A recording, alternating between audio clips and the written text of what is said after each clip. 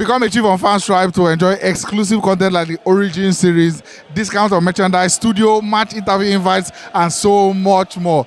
Check the comment section of this video for more details. Thank you. All right, one of those days for Arsenal again today, and no win the last 3 matches. How you see the game? Man, it's getting dicey. We are beginning to be very jittery. The fans are beginning to be very jittery. It's unlike Arsenal. We'll not be like this at all. We are not like this. But all the same, we still keep our hopes high. The season is still young. We can't really say. But I would like to say that come January transfer, we need to buy players. Do you think you entered the season with enough?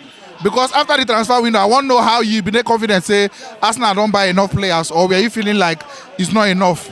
Well, I was looking at our last season performance. I was confident that going into this season, we are good to go with what we have.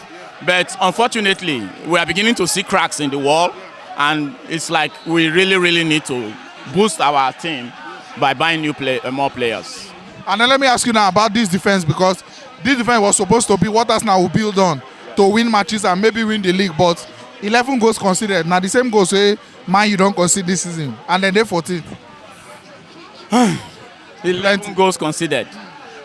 And our defense is supposed to be almost watertight. But what I see there, say, we don't need defenders. All we just need is a midfield and an attack that will take pressure off the defenders.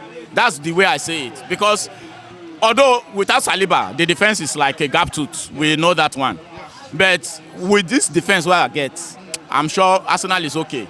But we need a midfield and an attack that can take pressure off the defense. Because right now, any small pressure on the defense is weakening it, and gradually, Gabriel, Morales, Saliba, they will get tired and the goals will start pouring in, and it will be very bad for Arsenal. The midfield that came in this season, and started this game. So far, what do you think of Merino's performance? Merino's performance is below par. Everybody was expecting that a Merino-Partey combination will make that midfield rock solid. But unfortunately, we are not seeing enough of Merino.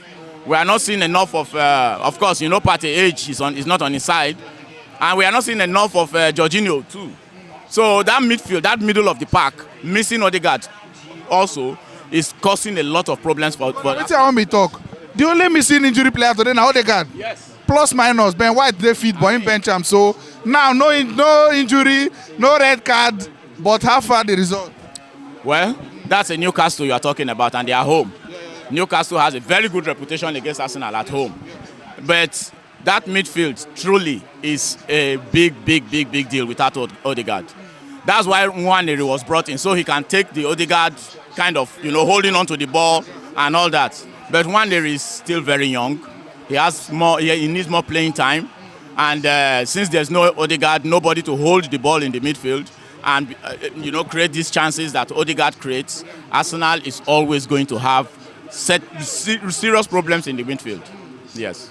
And then finally now, in games like this sometimes, now Newcastle are number 9 win this match for them with a good header. Yes. And then when you look at your own number 9, they come from bench to go play wing. And then the best way they start was bought to play midfield. Harvard. Like I said earlier, Arsenal needs that attack and that midfield strengthened. We need an out-and-out striker.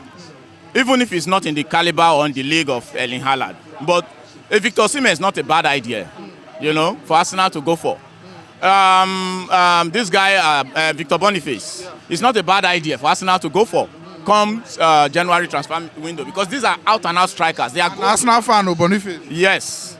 We need an out-and-out striker that can really pump in those goals. With little assistance or with little supervision, he can do the job. Gabriel Jesus, I've always said it, he does a lot of work in the midfield. Maybe they should convert him to a midfielder. I don't know. But scoring goals is not Gabriel Jesus' forte. It's not his forte at all. You can see that's why, I'm sure that's the reason why Man City had to, do away with him. He does a great job in the field of play.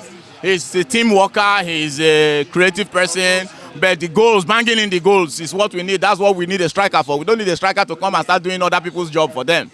So that's just what I say about Gabriel Jesus. And finally now, on still in the title race. Are you confident Arsenal? Yes, I can say yes. We are still in the title race. 2 losses, 1 draw, 2 draws. not bad for people who still want to win the league. And I'm very sure other people in the title race are going to lose games too. I am very certain of that. Man City is going to lose, Liverpool is going to lose, Chelsea is going to lose, Tottenham will lose, all the guys. You keep winning. Well, that's what every fan prays for. Every fan prays that his side keeps winning. Thank you very much. Thanks for watching. Right here, another one of our videos where you're supposed to like, and all our social media links. I beg, follow us on every platform because we get content for every